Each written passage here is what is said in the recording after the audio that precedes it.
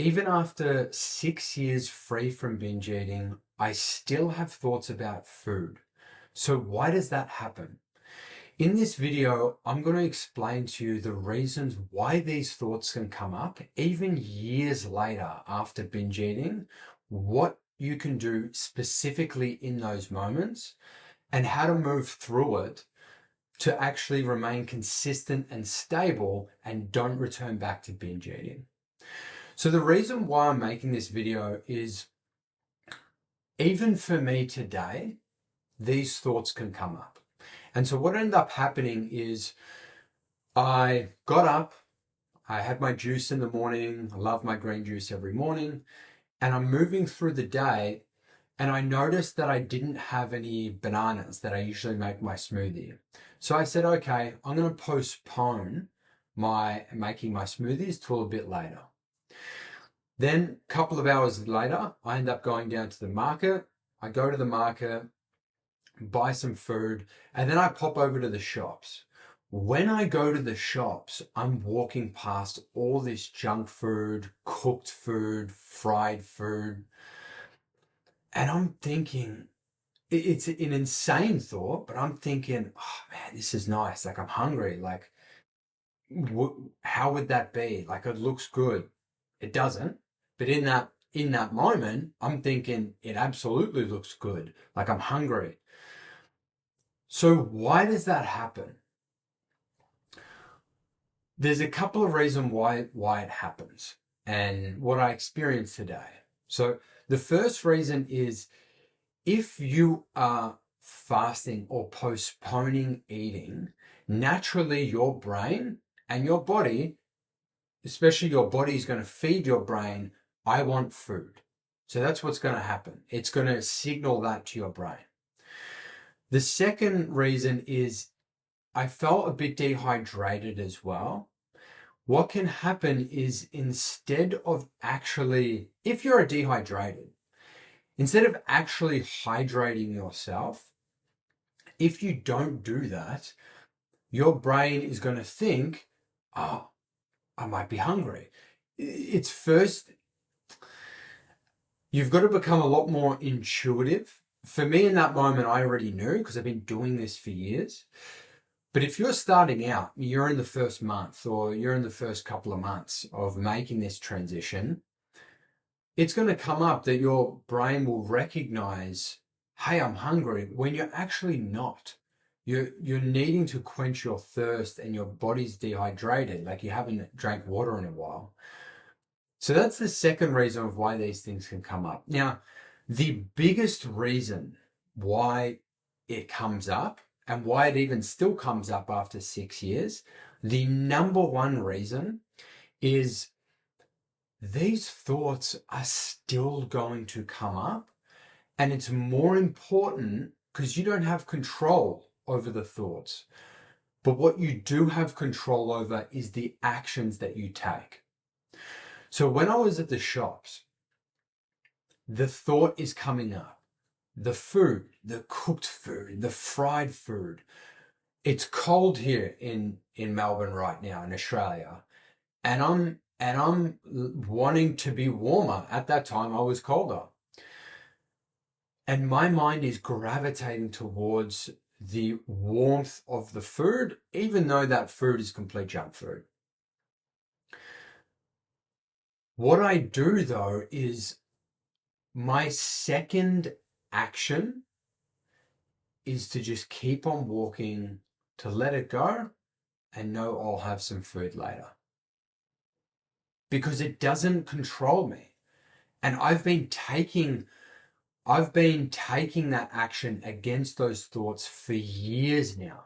So it's habitual. When it comes up, I'm not scared of the thought of like, oh, you know, why is this coming up? I'm thinking about binging. Like I'm not scared about the thought. It naturally, these thoughts can come up. Now, do they come up all the time? No, they don't come up all the time. So naturally, these thoughts are going to come up when they come up. For me, very rarely do they come up. When I was starting out, they came up a lot, very consistently. But now when they come up, I know that thought doesn't have to control me. I can simply just let it go and I can continue on with what I was doing. I see, and I struggled with this for years. When the thought would come up, I would get into fear. I would attach a meaning to that thought. I would think that it had weight, where it's just an insane thought. It's a thought that my brain just wants to see comfort. It just thinks of food and that's food and it wants to eat that food.